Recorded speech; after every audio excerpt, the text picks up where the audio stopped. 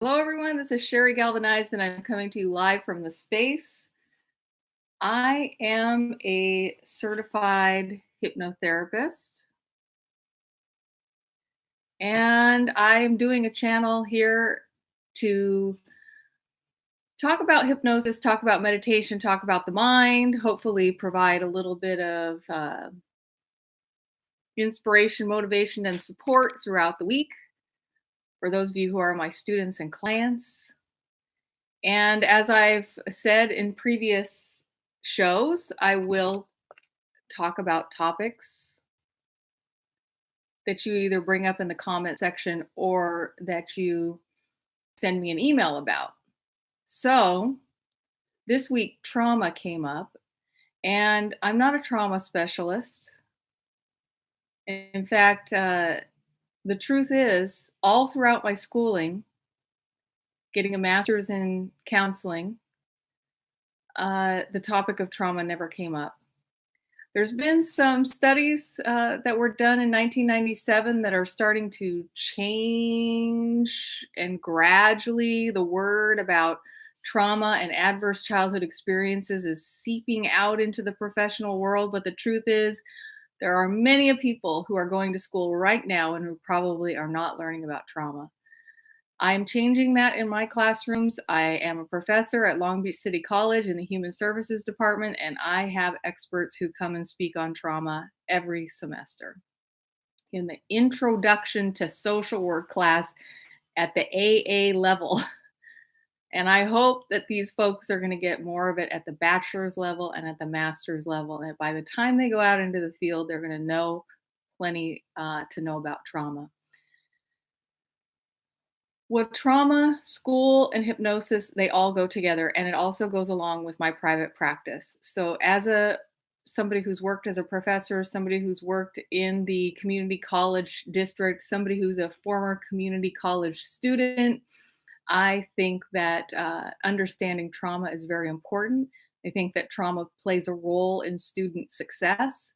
And I think that some people were traumatized in school by either their teachers or their classmates who are bullies.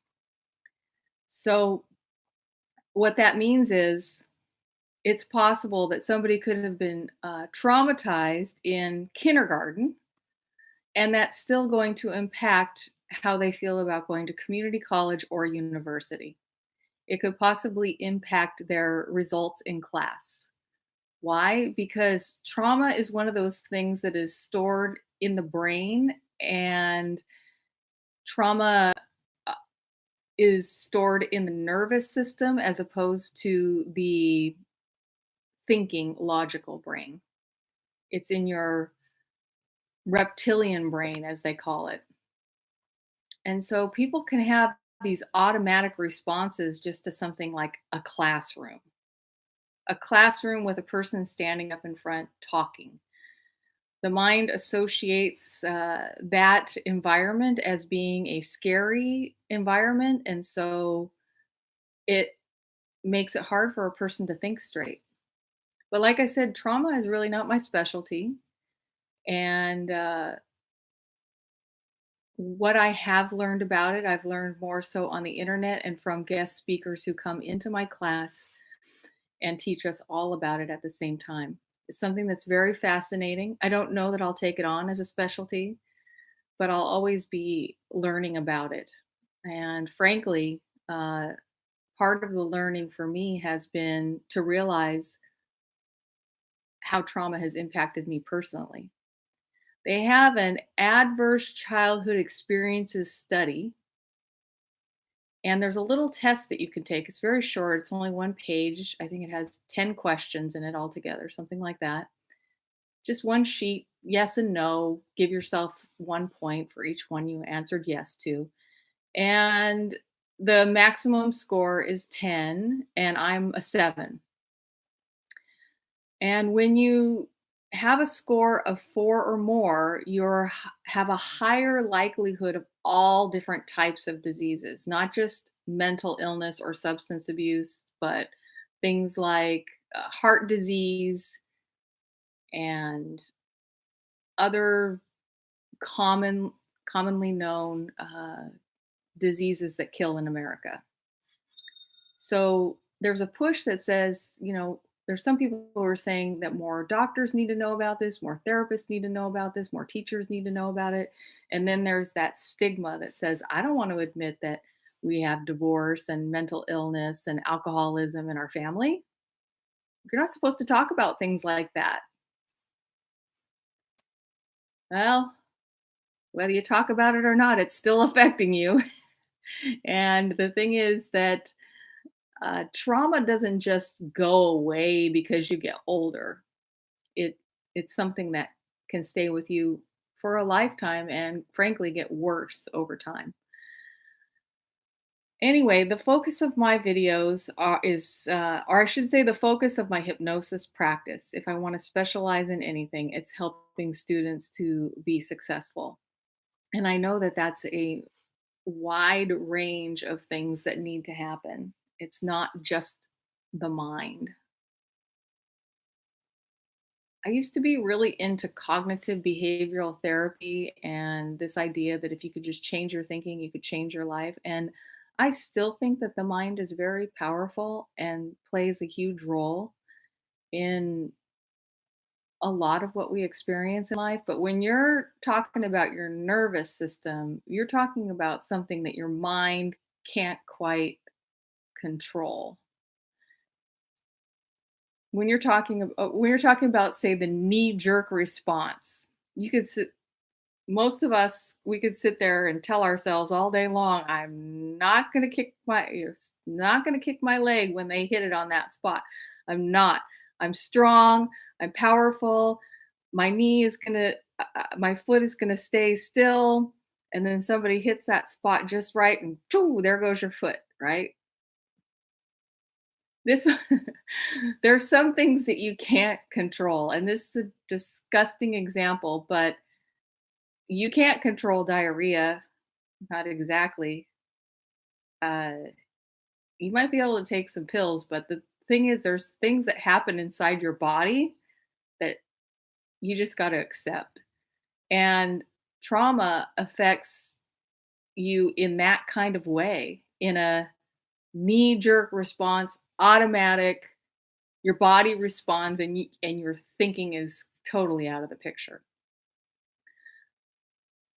But I still think that hypnosis could help with it because I think hypnosis gets you into that very relaxed state of mind that's deeper. It's about the relaxation and the trust. But again, that's not the topic of my video. So, since I am going to be focusing on school success, and since really all of these things tie together, even if it doesn't seem abundantly clear right now, it really does tie in together because, well, it just does. I'm not going to get it all into explaining, but my thing is with hypnosis and with meditation is guiding people through a thought process and guiding people through a relaxation process.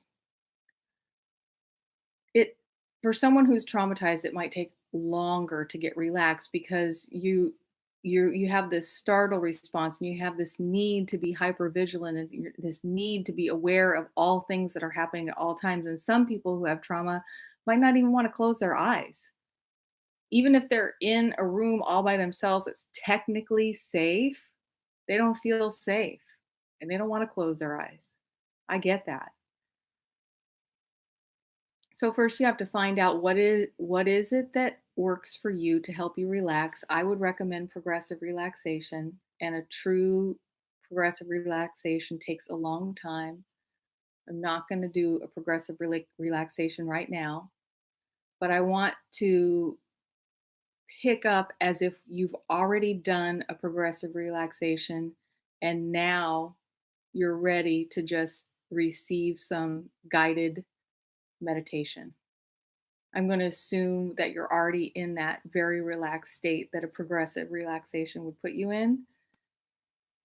And then just say some words that have to do with school and trauma and school success.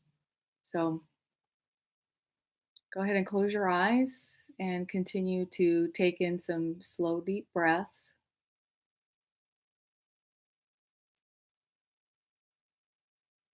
And continue to let your body relax deeper and deeper.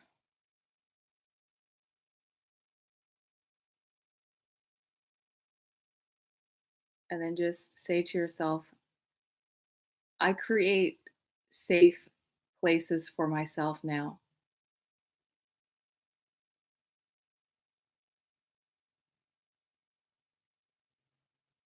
I am stronger and more capable now than I was as a child. I have more control over things now than I did when I was a child.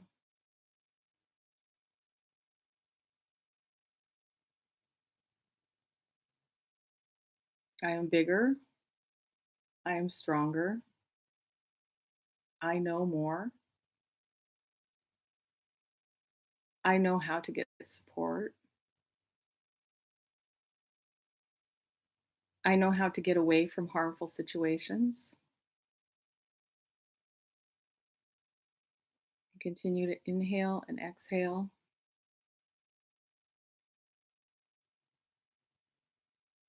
Continuing to relax.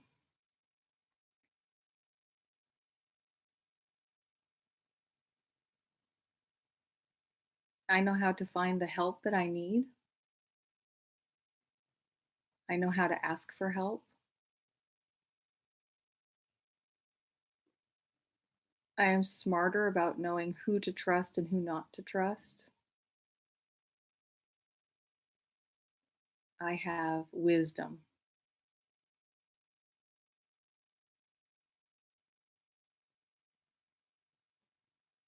And just taking another deep breath and then exhale